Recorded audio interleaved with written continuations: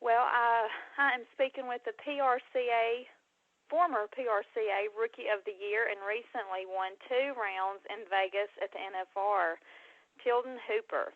How's it going?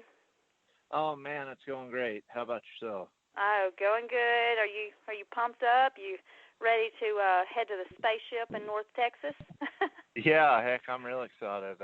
That's a fun energy getting to ride there at Cowboy Stadium, getting to ride for all that money. It's a special day, that's for sure.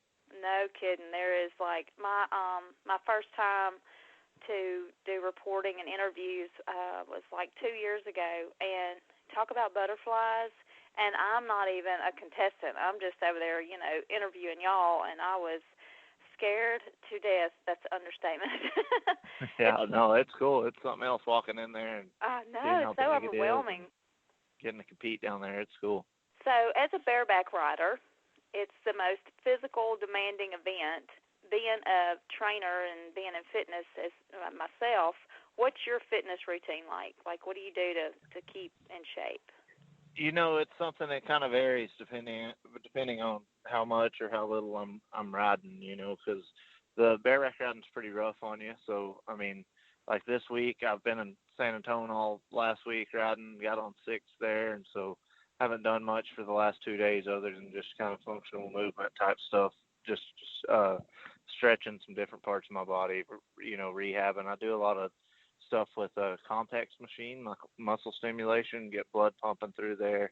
But like these last 2 days have kind of been recovery days, and then days when I go to the gym, I try to just focus on working out parts of my body that I'll use while I'm riding. I don't think I think as long as the guy's strong enough to handle his own body weight, that's plenty strong. But I think working out and staying in the gym, taking care of your body, helps your body take all the abuse a lot better and recover faster.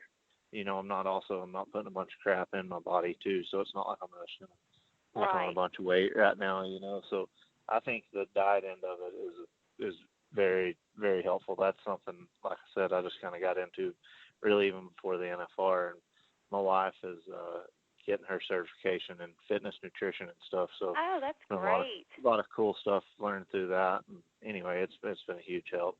There's always something new to learn. There's always new stuff coming out, and people ask me, it's like, well, what works for me may not work for you. You've got to find your niche. You've got to find what's going to help you and your body, and then go from there. I can give you all kinds of options. Can't do it for you. That's what some of my right. Like, right. No doubt. Because I'll post videos, and they're like, well, I just get tired watching you, and I'm like, it might help if you come do it. Just say it. Yeah, just try it a little bit. Yeah. Yeah. I bet you keep a massage therapist in business too.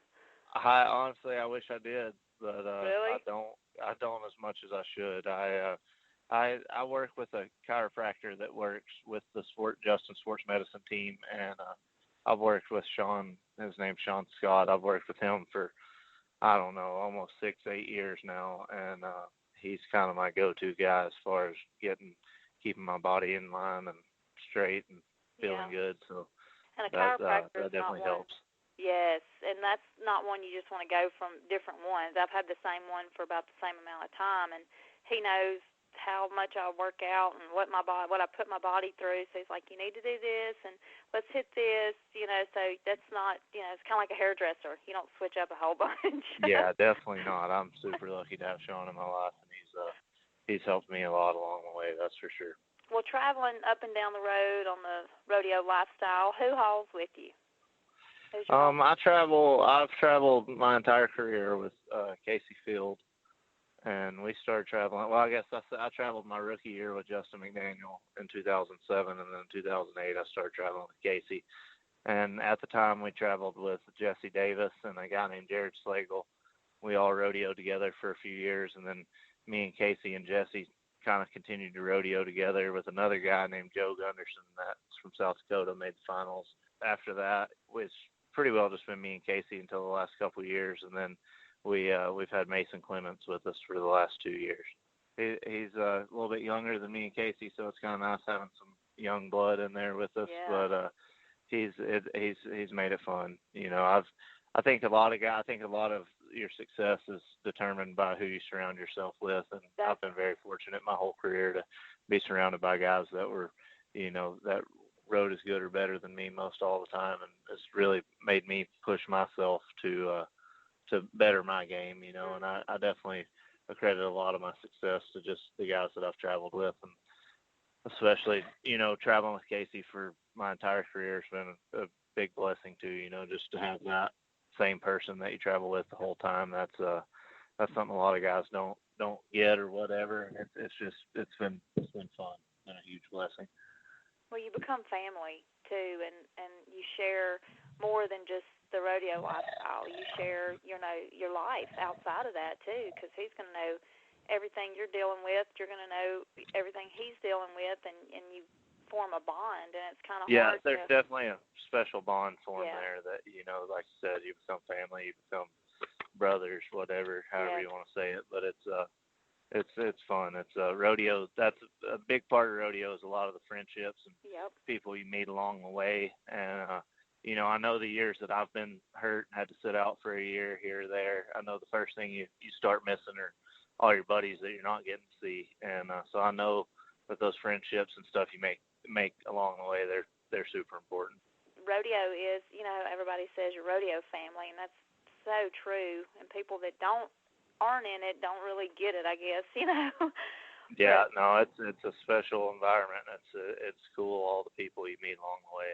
It really is. Well, on the road, like Pepper gives me some ideas for questions too. So, and I'll just veer off and start talking about everything else. But so on the road, what do you go to the gas station? Like, what's your road snack? What's your favorite thing to take on the road? Oh, usually coffee, some water, a little trail mix.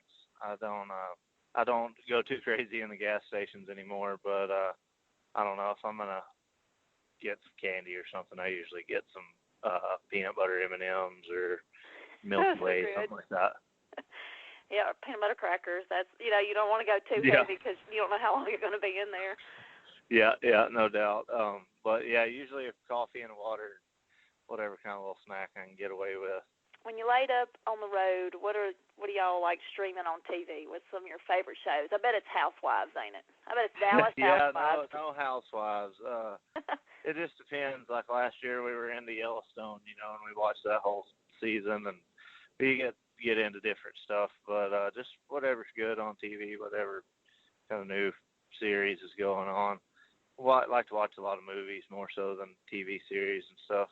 The last thing, it's a funny one that we ask most everybody. On your hamburger, are you going mustard or mayo? Neither, actually. I never went anything until I was about 15. I tried some cheese on it, and I like that. So that's about it, huh? Plain Jane. No mustard, mayo, no ketchup, none of that. That's just adding calories, so it's good. You're doing a good job.